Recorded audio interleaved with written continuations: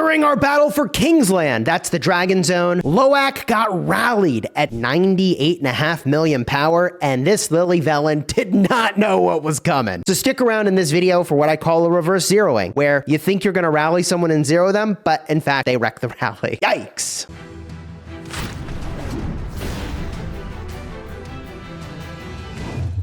Hello my friends and welcome back. I'm Chisgule Gaming, and today's video is sponsored by the makers of Call of Dragons. And today you're gonna get to enjoy watching Loac get rallied. Now this happened in our battle for the Dragon Zone. I'm finally catching up, making videos about all the crazy things that happened in our Dragon Zone fight because I was busy fighting like 18 plus hours a day. And for those of you that are like, you're not serious, are you? I mean, like, I have an average of 6 hours a day played in Call of Dragons. For those of you that didn't know that, I have the game open a freaking lot, okay? And it's a lot more than 6 hours. It's like 18 hours a day.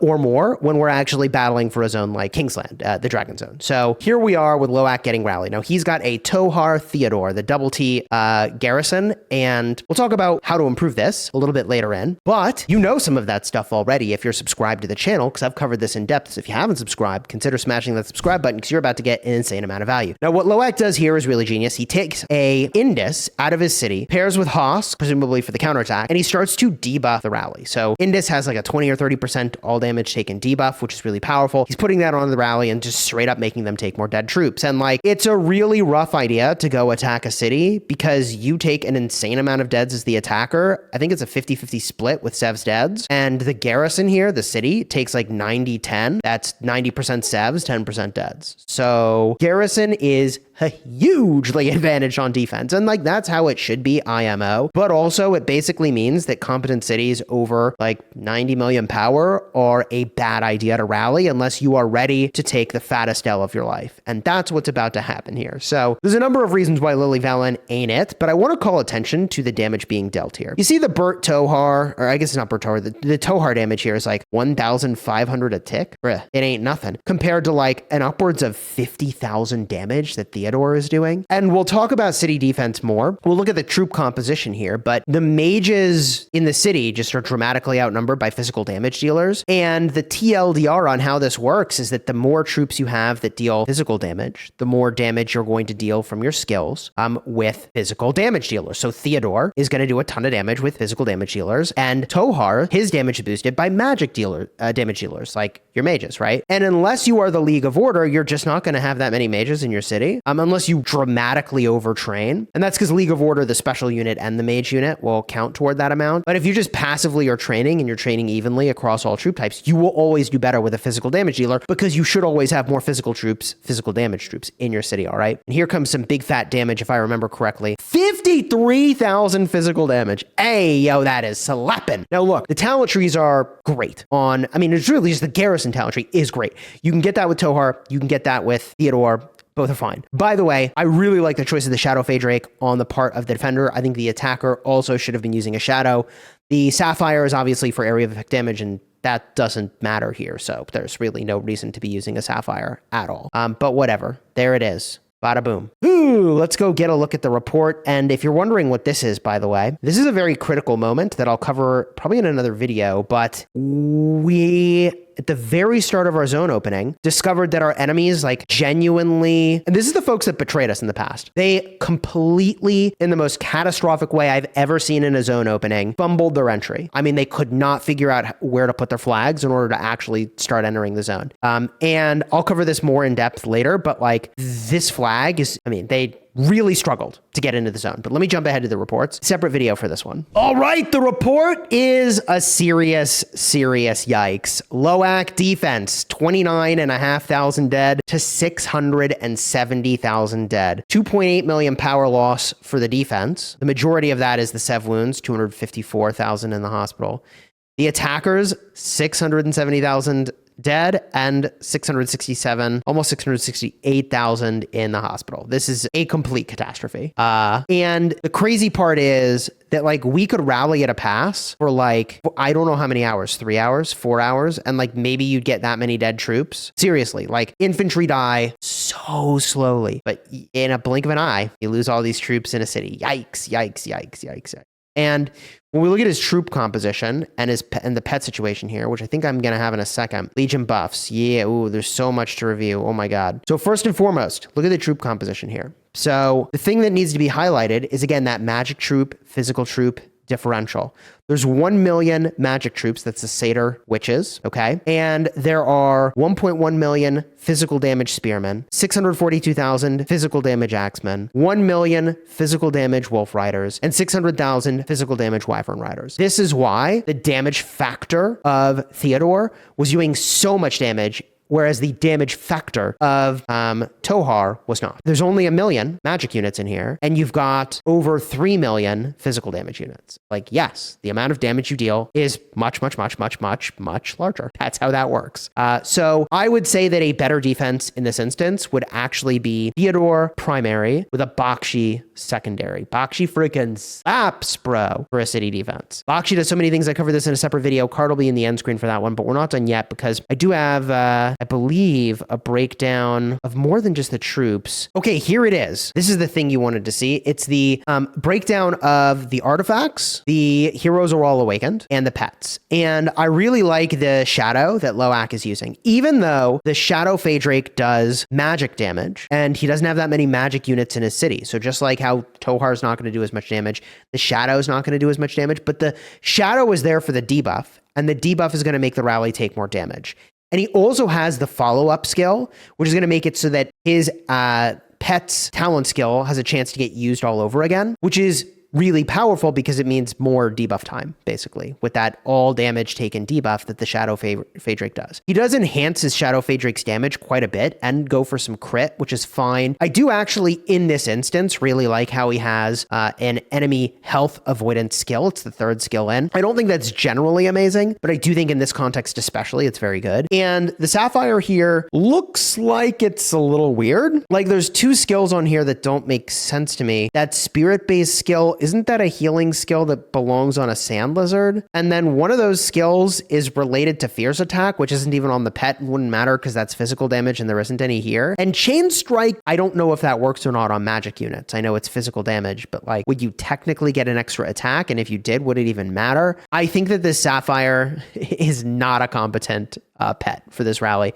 And they also have a 1 skill artifact. So they have 1.5% damage dealt and 1.5% damage taken, whereas the 7.5% artifact here on the garrison is exactly where you want to be. It's, in this configuration, debatable if the harp would have been better, right? The one that's designed for city defense. A really mixed garrisons in general is what it's kind of designed for. But you can make the argument that even then, that artifact is a 5% artifact. The one he's using is a completely skilled up Mirage Orb. So even though the passive isn't going to do anything here, that's honestly fine in this instance. The thing that you really kind of care about is that 7.5% damage dealt and 7.5% less damage taken. So I'm pretty sure this might even be a T4 player doing the rally. And if that's true, bit of a yikes. So if you wanted to learn something from this video, there's a couple takeaways here. The first is that you really need to look at what your troop composition is in your city. Even though this Tohar is maxed, it doesn't matter. Not actually the optimal thing to defend the city in this instance. And I feel like this video really highlights that. Big valuable learning. Subscribe if you're getting value from this video.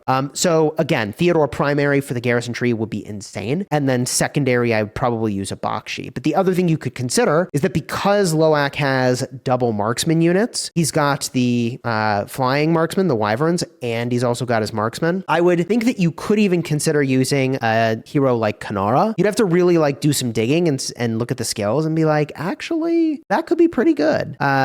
You'd be surprised. You will be surprised. Now, we are about to get a marksman-based garrison in the game, which I covered in another video, and that is likely to be really fantastic. I would assume also for defending your city because it's going to be physical damage, presumably. Even a normal attacker could be very insane for defending your city. Like this makes me want to take a fresh look at Sindrian and be like, oh, hold up, let's look at that. All right. Now from there on the attacker side, if you really wanted to rally mages, I think it's pretty obvious that the area of effect damage mages is not the way to go. You would want to use Burt and Tohar. I don't even think Burt Tohar is really the way to go, but definitely a shadow would be the pick. I think for rallying a city right now, one of your best bets is like probably just the Sinfray. It slaps, man. It hits hard. If you wanted to use infantry, I think Goresh Hosk will be the play there. And if you wanted to use calves, I mean, it could be that for Rondil and Theo is the play, but also Bakshiemi seems to slap. So those combos all seem to be hitting pretty damn hard. Is there a troop type that I missed there? I suppose Marksman. Yeah, I covered Sinfrey. Technically, Kanara Hosk also seems to do really, really well. Would be remiss to mention that. But I think mages are, fortunately, for the rallier here, probably not your best rally. Now, let's jump in game real quick. I just want to talk about unit stats. All right, so if we get a look at this magic unit here, I get that I'm the Spring Wardens, but you can see the magic defense is a lot higher than the physical defense on a magic unit. So this is why Tohar as a garrison against this rally was also bad. I mean, it was fine, obviously, right? But like, if you wanted to further optimize, that part of the reason you wouldn't want to defend a magic attacker with a magic defender is that you can see here that the magic defense is pretty high compared to the physical defense. So I think this would signal to me that physical damage would be the way to go. Meanwhile, let's look at infantry. Okay, an infantry unit, lower magic defense, higher physical defense. I mean, I could be reading into this too much, but like mages counter infantry, and it's not a coincidence, right? And like you've got archers that counter mages, and these guys obviously deal a lot of physical attack, right? So my guess here is that for a number of reasons, that's why your Tohar ends up being probably not so good for defending your city. And just, you know, money where my mouth is. Like, you want to see what I defend my city with? I have Theo Bakshi on my wall, straight up. Pet could certainly use some work here. It could definitely use a different pet. I don't actually plan to get hit, but like if I were picking a better pet, if I had a shadow built, I would consider it. It doesn't matter that my heroes are physical and the pet would not be physical. It doesn't matter at all because the city's got all troop types represented. But like if I took, where's my good shadow, right? Like if I took this shadow, which I, for some reason, named Spaz, and I actually built this thing, the thing that's really powerful is this debuff right over here, 6.17% damage bonus. Now I've covered the Shadow Phaedrake way in depth. So if you want to see more information about that, I'll have a card in the end screen, assuming I haven't used up all my cards. Shadow Phaedrake is, I think, really good for city defense. Like it's not really about the damage factor, right? It's all about this, the damage bonus. Now, when it comes to what I am using, which is this golden rock, what's going to happen here is that once Bakshi at some point triggers passion, the golden rock is going to stop doing a passion buff himself, and it will instead do damage every time there's a skill cycle. Now, I think that Fierce Attack is good, but like if I really wanted to put my best pet on my wall, that probably, I mean, it probably ends up being Ivy over here. That's my poison or venomous lizard. It's just so built out, but it's really kind of an anti-swarm pet. Like it's not, even though I put this on here, Fierce Attack or Rally Garrison, this pet is like very much an anti-swarm pet. Holy smokes. I mean, it's got the skills to get that done. And what am I going to do? Oh God. Like, am I going to get rid of 2-star Fierce Attack at some point if I wanted to put in the super infection? I don't know, man. I'll have to figure that out later. I definitely got to figure that out later. And when it comes to Sindrian for defending the city, let's just get a double check on that real quick, if that would be good. So Sindrian will give you 20% attack, which is good. And the extra normal attacks for city defense is insane. Both magic and physical damage dealers, they're all contributing to your normal attacks. Now, this skill would do nothing. The next skill, marksman unit, normal attack crit rate, seems fine. Hit points, good. Sorry, I may have misread the start of this. Marksman unit, they get 10% normal attack crit rate and 15% hit points. Then the final skill, when the battle begins. Oh, yeah, I mean, I guess this is not so amazing for city defense. Initially, you'll do a bunch of damage with some extra attacks, but then the skill's kind of dead the entire time. That kind of sucks. Every time Sindrian lands 5 critical hits. Yeah, okay, maybe Sindrian ain't it for defending your city. But like, also Sinfrey may not be terrible, right? Like if you put them together, would that be terrible? This skill's while you're in the field. That's a little tragic. All right. I mean, it was a cool idea. It might be okay, but I think the thing you're really after here that's so disproportionately good is unequivocally the garrison tree. Like that's where it's at. I mean, you want to see my talent tree. Again, money where my mouth is. Like you move all in on the garrison tree, baby. So powerful. But I've covered this in other videos, all right? You enjoyed this one, throw a like on here, subscribe to the channel, check the cards in the end screen. And until next time, have fun smashing the kingdom.